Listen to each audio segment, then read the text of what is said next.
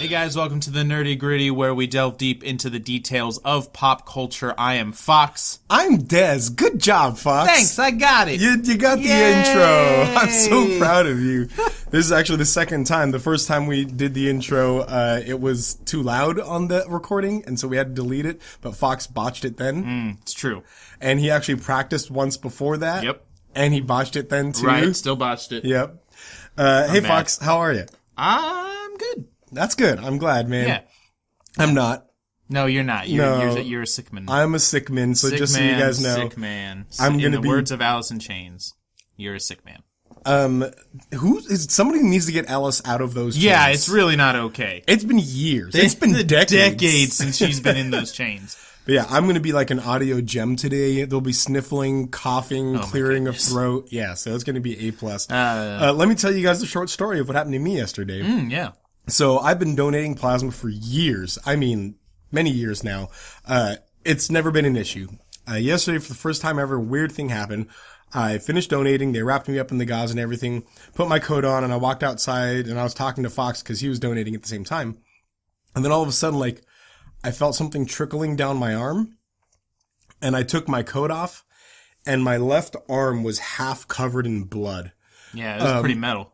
Immediately, the blood had soaked through the gauze, like filled the gauze, then overflowed it, then filled the medical tape, then overflowed it, then was soaking into my coat, and then slowly overflowing the coat and just dripping down my arm. Gross. And now I just, because of that loss of blood and weirdness, I end up getting sick.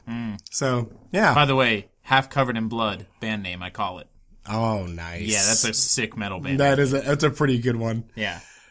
Well, I've been, bleeding. How have you been, Fox? What have you been up to? Still playing Shadow of War. Although, like, I've enjoyed it, but also it's just Shadow of Mordor again. It's a little more variety, a little couple of new mechanics, but it's disappointingly similar. See, it's funny you say that because last time you were saying that's good, and I like that. No. Pretty much I will thing. say that, like, it's not a bad thing that it's like Shadow of Mordor, because Shadow of Mordor was a fun game. Right.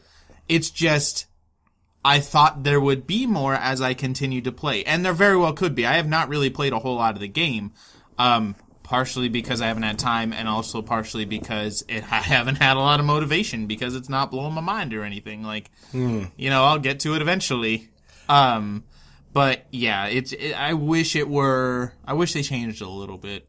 I have been itching to play both Sundered and Hellblade. Yep. I'm still on those because, in Sundered, I just got to my very first brand new area to me. Oh. Because the two areas I've been before this were both the alpha and the beta. Yeah. But I'm in an area now that's brand new, has all kinds of new enemies I've never seen before, all kinds of new mechanics I've seen before, like they added wind.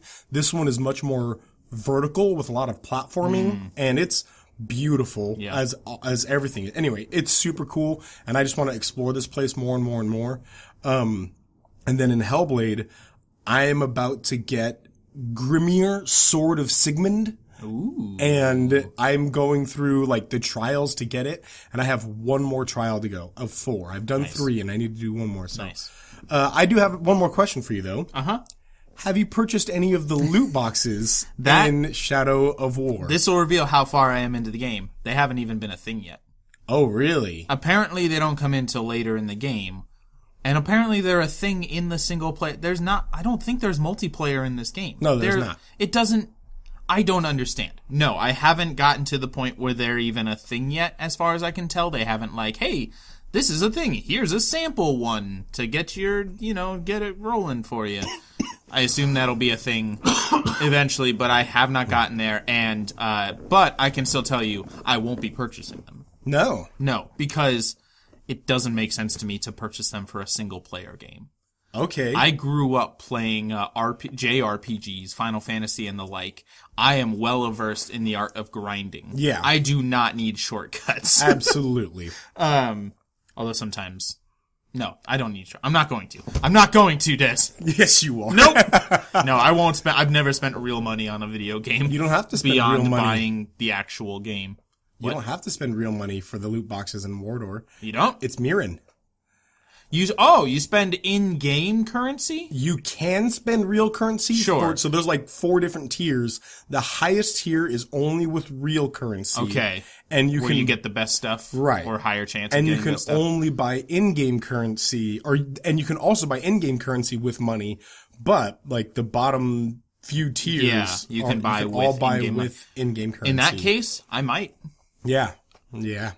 I might do that. That's legitimate. It's weird to me, like, story-wise, that doesn't make any sense. Like, let me go to, like, the pit bosses of Mordor and be, okay, hey, give me some loot, please. Let me get on that exactly for just a second here. Okay, so if you guys don't know, we're talking about loot boxes today. It's something that is just...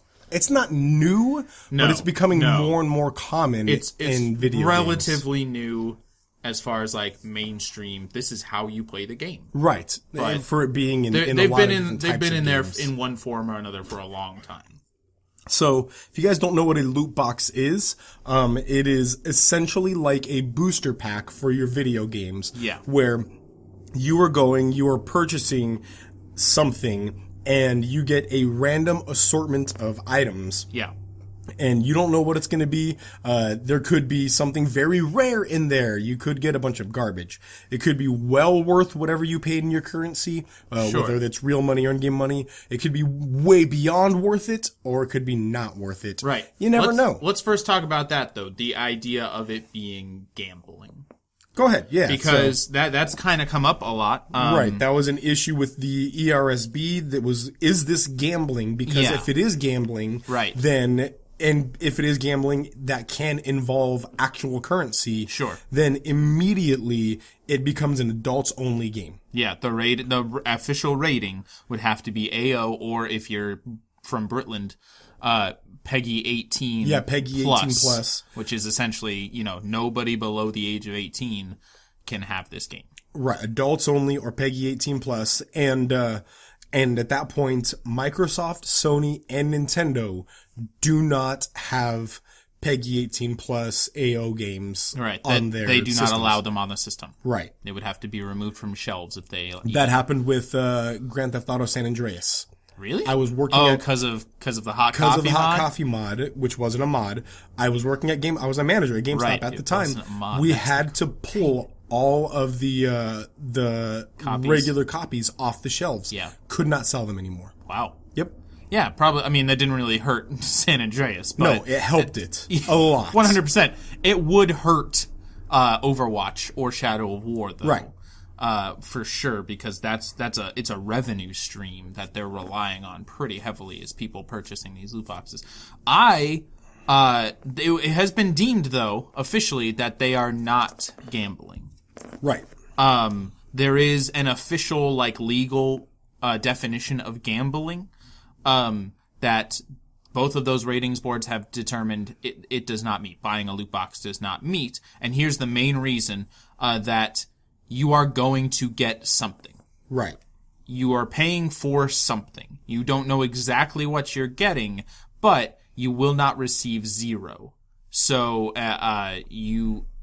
they're determining that it's not technically gambling because you're going to get something back. You will always get a return.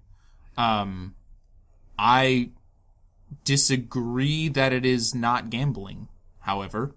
That is my opinion, because you are still... The value of what you get may not make up, as Des said, may not be the same or more of what you put into it. Now, okay, so we were talking about this a little beforehand, and you said that. You said that you do think it's gambling, and you're correct. In a fashion. You were correct in the dictionary definition of gambling. Sure. Dictionary definition, yes, this is gambling. You are putting money into something and unsure if you're going to get your value back. You may get more, it's an unsure value in there.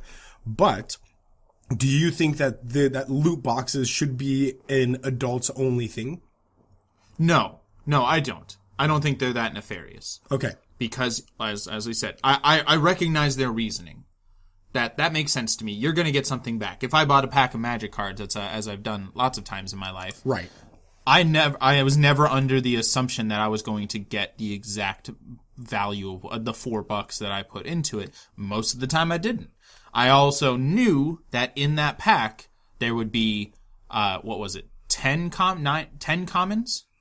10 commons, 3 uncommons, one rare. One rare and one foil that could be any of the others, and then, the rules or token card. Right. I knew exactly what was going to be in there.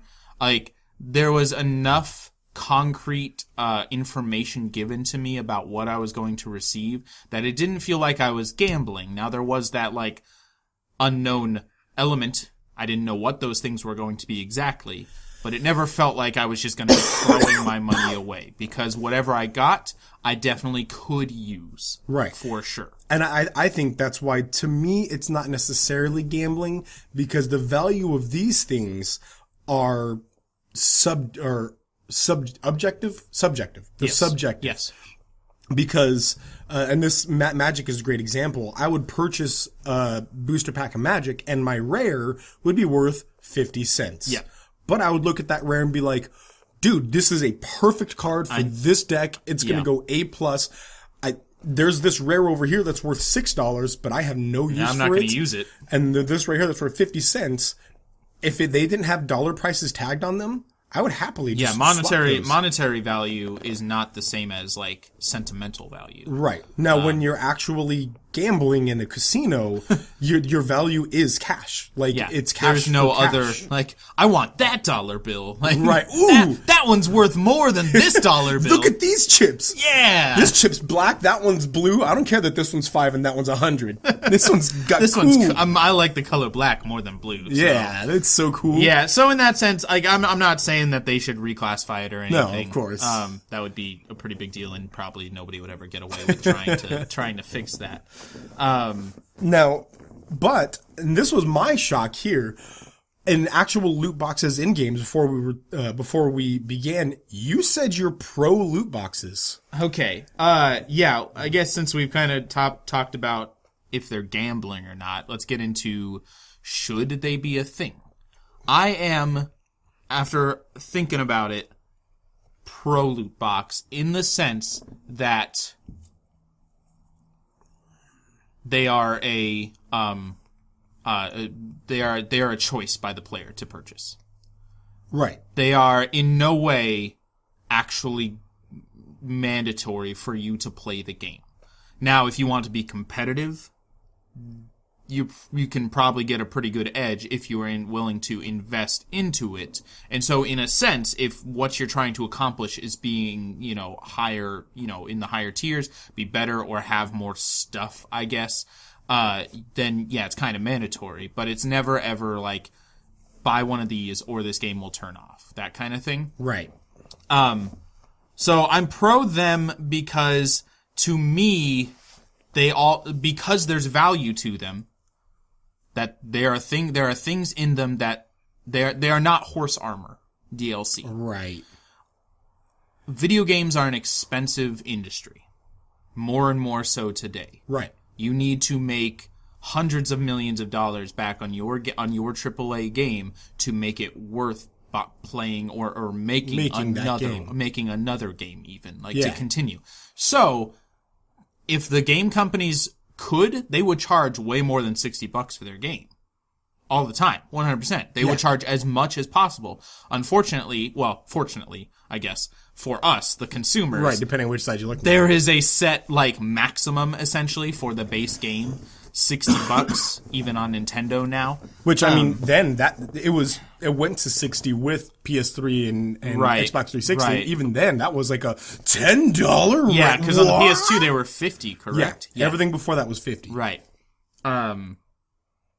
So, with that being said, game companies have to find other ways to make money.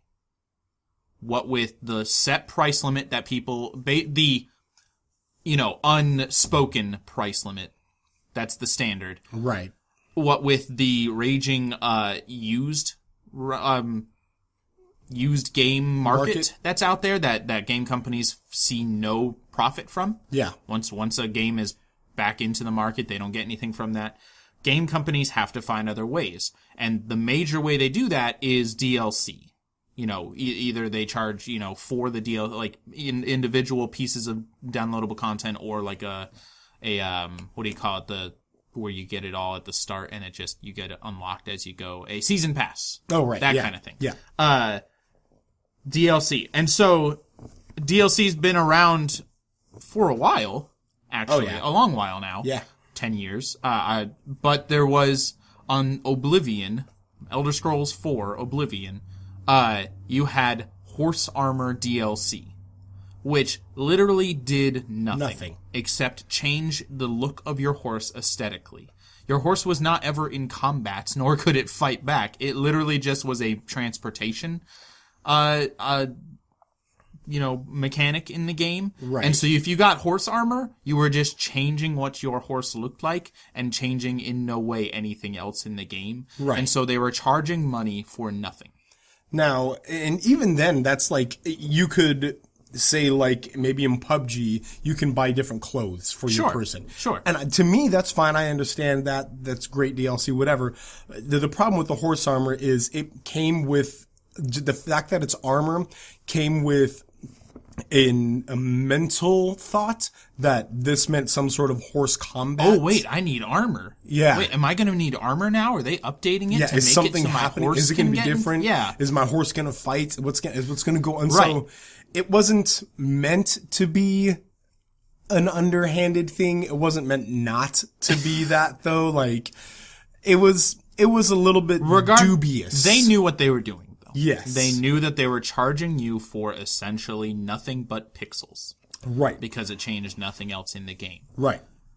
So I am pro Lootbox because you could be buying essentially nothing, things that you even already have, things that are valueless to you. Oh, I got a skin for a character that I never use. Right. Great.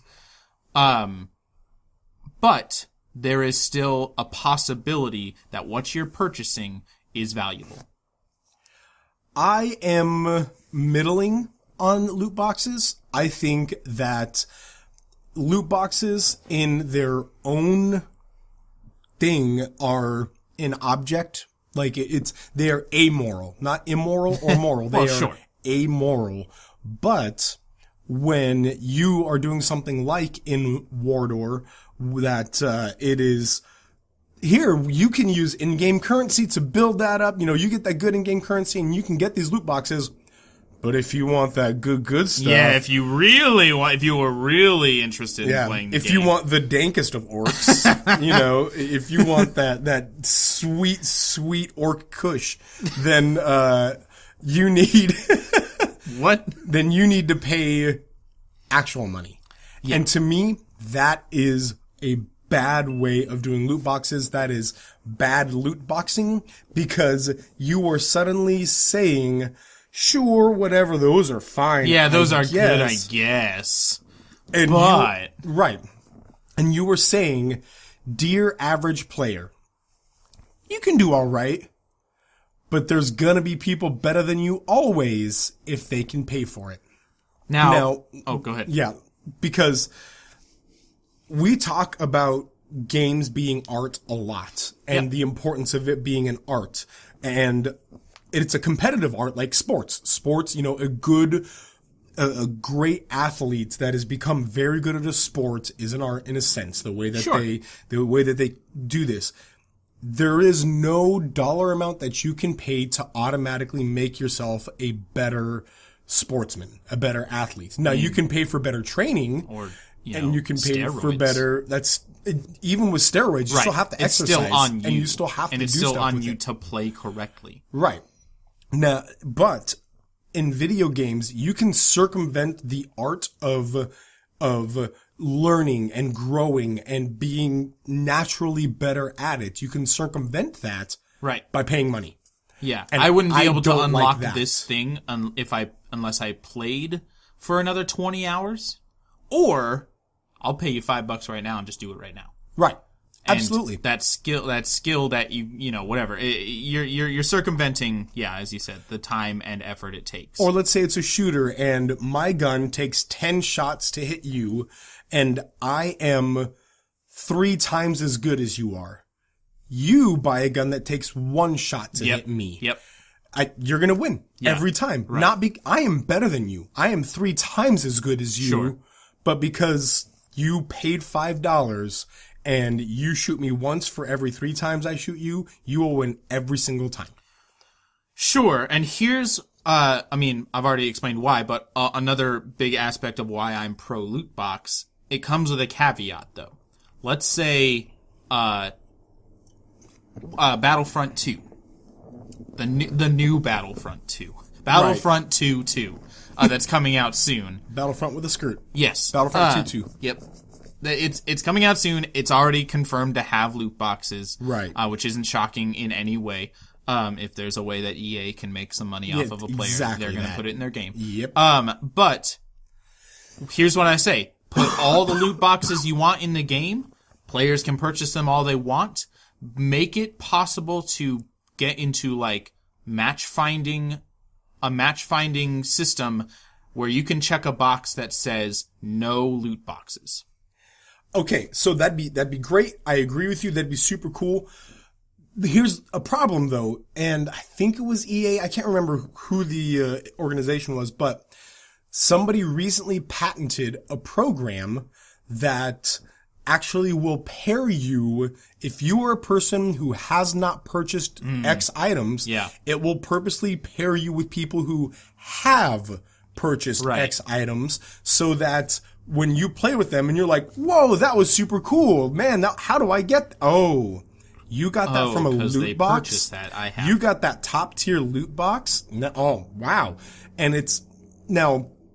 The program was patented and nobody says if they're using it or not. I'm going to look up what this is. I don't want to cite it sure. without having the bottom line here. But the truth of the matter is it'd be nice if you could say no loot boxes, but let's be real right now. Chances are they're actually going to try and do something like this. They're going to try and entice you into buying loot boxes. Well, of course, because that's the money. That's how they make their money. But here's an example, a case study, I suppose, from recent history. We have a friend, Josh, who plays a lot of PUBG, plays a lot of Battlegrounds. Right. And I was talking to him at one point, like, he loves the game, but was hoping that some point in the future, or maybe he was excited because they had announced it or something, that they were going to create servers that were only like first person mode only. Yep, that happens now. Right, it's a thing now. So because the advantage of being in third person is being able to see around corners and such when you weren't actually poking out around that corner. Right. So you could see them, they couldn't see you if they were in first person. People were wanting first person locked servers. PlayerUnknown Battlegrounds saw that and said, okay, let's do that. Put it out there. And now Josh is extremely happy about that. Right. And is continuing to play the game, I assume, a whole lot. I haven't talked to him extremely recently about it. Because they saw what their consumers wanted and put it in there.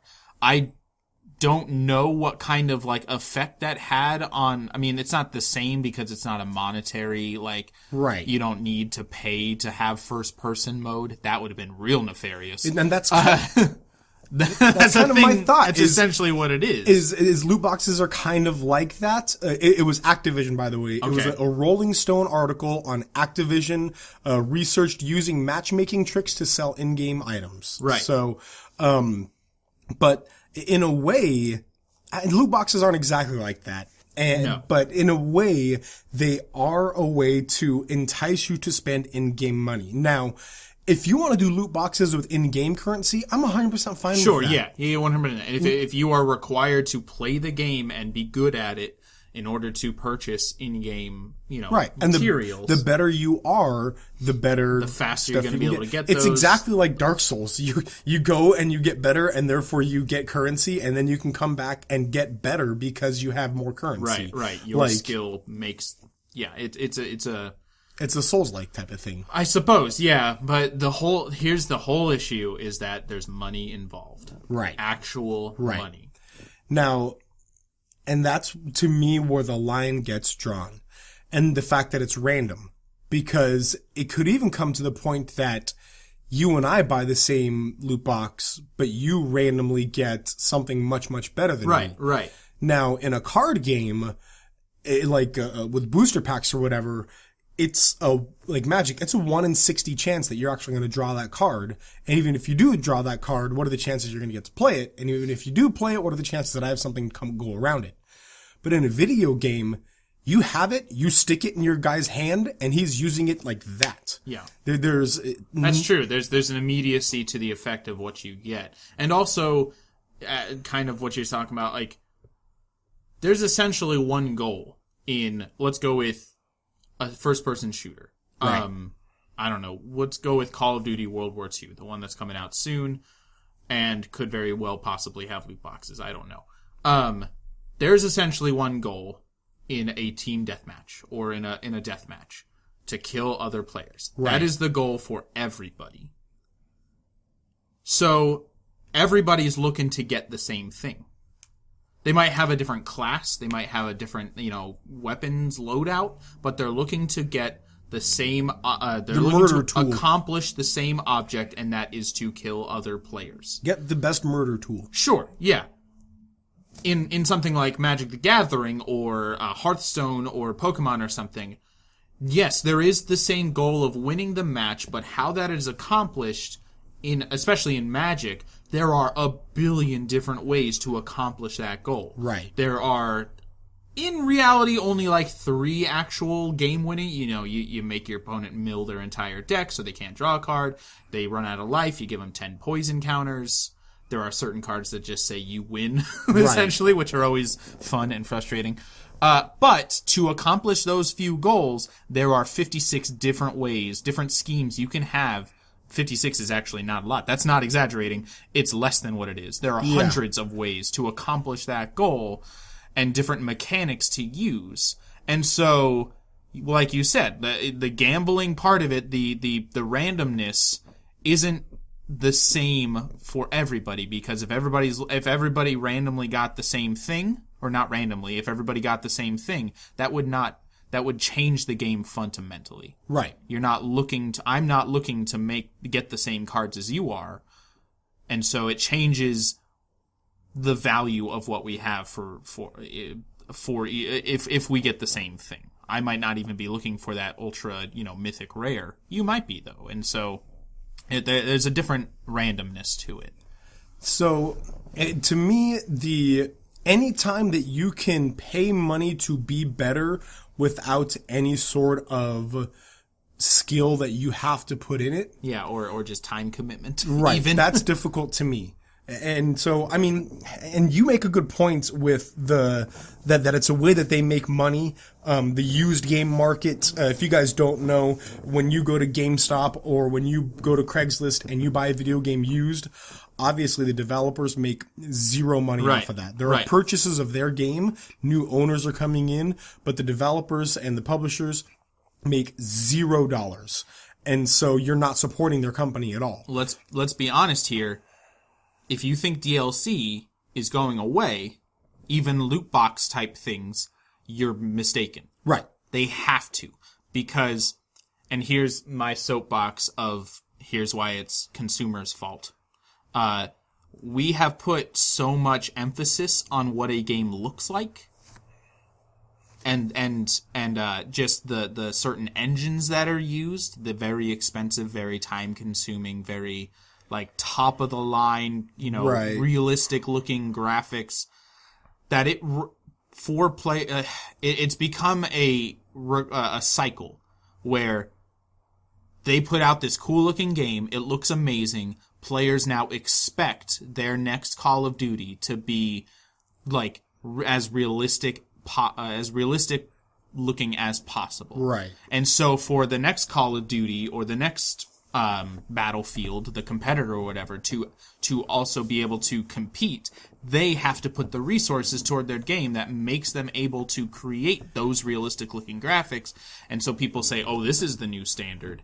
Whereas if Call of Duty, the next one that came out after that Battlefield response, just looked the same or even looked less good but cost them less, people would not want it as much. Right. For some reason, people would say this is a detriment to the game. When the graphical fidelity of a game in a competitive multiplayer fashion or realm idea doesn't have anything to do with the quality of the game. Right. Shouldn't. Go back and play Quake. Go back and play these games from decades ago. Doom. Right. People, like, this is where it started. If they put out that game now, people would not buy it. Despite the fact that the exact same mechanics and, like, everything else beside the graphical fidelity were the same, people would say it's a less good game. Right. And so, in a sense, loot boxes are our fault. Because we are putting so much emphasis on something that is really what's the most expensive part of the game, is the engine and the graphical fidelity. And so, if you, and as we say a lot, vote with your wallet. Yep. Yeah, if you really want to support a game company, then buy their game new, buy games that may not look as good, but are actually a lot of fun. You know, rate games online based on the actual gameplay, not just graphic quality. But, story is something I want to talk about now too, as long as we're talking about different aspects of a video game. Okay. One huge reason I was so disappointed to see that loot boxes were going to be in Shadow of War is the story behind it. I want to know, because this is, like you said, it's a single player game. If this were PUBG and there were loot boxes, fine. There's no story behind PUBG. It's a multiplayer game. Yeah, I get it. You're just, all you're trying to do is kill each other. Right. That's the end of the game. But with Shadow of War, like, is Talion taking his mystical Mirren and, like, throwing it into the air, and an orc throwing it to the gods. Right. And then, like, a really powerful orc coalesces with some extra swords. Like, how does that work? Yeah, what is I wanted to look it up, like, what is this, why is this a thing? But also I haven't, because the most important part of those games to me is the story. That's what I'm most interested in. So I don't want it to be ruined. Like, oh yeah, after you beat this guy, he's in the game? Like, yeah. I don't have all the info, and that's intentional, so I could just be making stuff up. But it doesn't make sense that, like, do I go to the black market of the, like, and they're just like, well, I'll give you something. Just give me some money for it, though. Yeah. No. Well, see, even if it were just weapons, I think it would be cool, like, if this were, Dragon Age Inquisition. Okay. And they said, Inquisitor, you can pay us to bring in shipments, but we will have to, pay for mercenaries to protect the shipment from where it's coming to where it's going now. The value of the items in the shipment will, like, go with how much protection we need. Are these the highest quality items? We're going to need a lot of protection. Are these middling quality items? We'll need middling quality protection. Yeah. So you're paying for the protection of these items, and it's whatever we're going to be able to fit from our warehouse. I don't know what it's going to be. We'll see. It's whatever stuff. And all of a sudden, it's become story. It's part of the story. Yeah, but it's pretty thin. But it's there. It is there. And to me, I would, and if it was only in-game currency, because, again, Inquisition, there was gold. If you paid gold to be able to do that and to get a random assortment of items, right, to me, I wouldn't even think, like, that wouldn't even hit me until somebody mentioned it, that is a loot box. Sure. So to be like, oh yeah, that loot box mechanic. That is a loot box mechanic. It'd be pretty well disguised. You fooled me, you know? But in this, with Mordor, you can get chieftains. You can get orc chieftains from this. Yeah. And, like, we're going to go to Mordor and kidnap somebody. Where are they coming from? What? Like, what is this? Yeah. Depending on how much money you give me, I'll kidnap somebody better. I don't know. And the fact that immediately you are pulled from the storyline. You cannot be Fox, or you cannot be Talion to do this. You have to be Fox to do this. Right. Talion does everything else. You can get yourself in that character. Yeah. You have to be Fox to buy that loot box. And I don't like that. Thematically, that's what I'm looking for. Thematically, there you go. I don't like that. Right. And we can't complain about loot boxes being in Battlefront 2. When Battlefront 1 comes out, And sure, it doesn't have as many maps as you think it would. Right. And it doesn't have all these things, but when the overwhelming opinion is, this looks amazing. That's the greatest part about this game. It looks like I'm in a Star Wars movie, like a new Star Wars movie. But there's not as much to the game. I really wish I could play on more than like 4 maps or be more than 4 people. And EA sees that and says, okay, so we just have to spend more money on the next one when this one already cost us hundreds of millions of dollars. Right. You're going to have to... We're putting loot boxes in. Yep. That being... So, that if you want this to go away, be prepared for other parts of the game to be less than your imagined perfection. Right. Don't expect photorealism and zero DLC. Because that is no longer part of the industry of games has changed, and it's largely our fault. DLC that is not necessary, like that's not do you want to be able to finish the game? Here's this DLC, like right. that's not that.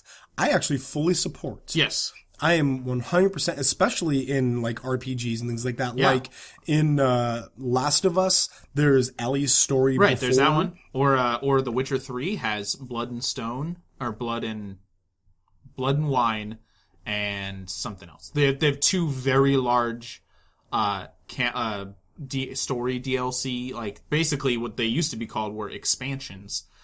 Way back when you actually had them on disc and stuff. They're added 2 expansions. All the rest of the DLC in The Witcher 3, free. Most of it was all useful. It was all like aesthetic. Like you can put a different costume on this person. If you didn't want to, you didn't have to. It was free.